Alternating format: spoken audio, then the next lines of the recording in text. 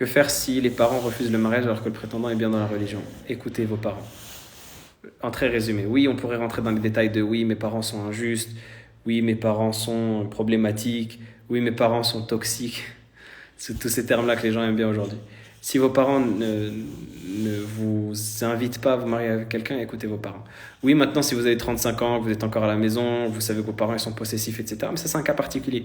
Dans 90% des cas, les parents qui vont vous empêcher de vous marier avec quelqu'un, c'est des parents qui vont vouloir votre bien. Dans 90% des cas. C'est des parents qui vont vouloir votre bien, c'est des parents qui vont chercher à trouver la bonne personne pour vous, etc. Après, il y a 10% des cas dans lesquels, oui, il peut y avoir des parents qui vont être problématiques, dans le sens où ils vont pas respecter les standards islamiques, dans le sens où ils vont imposer une culture qui va être mauvaise, dans le sens une culture, pas une culture, ils vont imposer des traits de certaines cultures qui vont être mauvais. Oui, ça peut exister ça, mais ça se traite au cas par cas. Donc si jamais vous vous trouvez lésé dans la situation que vous avez avec vos parents, déjà, essayez de leur marquer le plus de respect possible, et ensuite faites intervenir quelqu'un. Faites intervenir quelqu'un d'extérieur. Et le fait de braver, d'aller contre vents et marées, de braver la décision de ses parents, juste pour une histoire qui peut finir du jour au lendemain, c'est jamais bon. Une personne avec qui on se marie, on peut, entre guillemets, la remplacer. Entre guillemets. Ça veut dire qu'il y a des personnes qui se marient, qui se séparent, et qui se marient, et qui se séparent, ça existe. Mais des parents, on ne peut pas les remplacer. Des parents, on ne peut pas les remplacer. Je pense que vous êtes optimiste, c'est-à-dire en disant 90%. J'essaie juste de faire tendre la balance. En vérité, oui, c'est des questions qui demandent plus de nuances. Là, je me permets parce que ce live ne va pas être conservé parce qu'il se fait tard.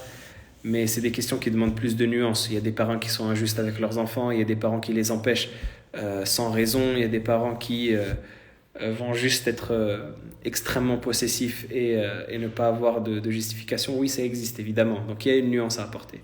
Mais dans beaucoup de cas, les parents ils veulent le bien pour la personne et ce qu'on retrouve c'est que la personne c'est une tête brûlée parce qu'elle a la tête dans le guidon, elle est amoureuse, déjà bon, elle a lié des liens d'amour qui parfois sont pas forcément légitimes avant le mariage, mais parce qu'elle est amoureuse, elle a la tête dans le guidon, elle dit c'est lui et c'est pas un autre. Mais l'avis de tes parents, c'est un avis qui nécessite un respect et qui a sa sacralité et Allah subhanahu wa ta'ala il donne une baraka quand on obéit à ses parents, que même si c'est une personne avec qui on s'imaginait pas finir à la base, parce qu'on a pris la vie de ses parents et parce qu'on a essayé de leur obéir, Allah subhanahu wa ta'ala peut donner une bénédiction qu'on ne s'imagine même pas, qu'on ne se serait même pas imaginé, de laquelle on n'aurait même pas rêvé si on avait été avec la personne avec qui on voulait être et qu'on avait bravé pour cela la volonté de ses parents.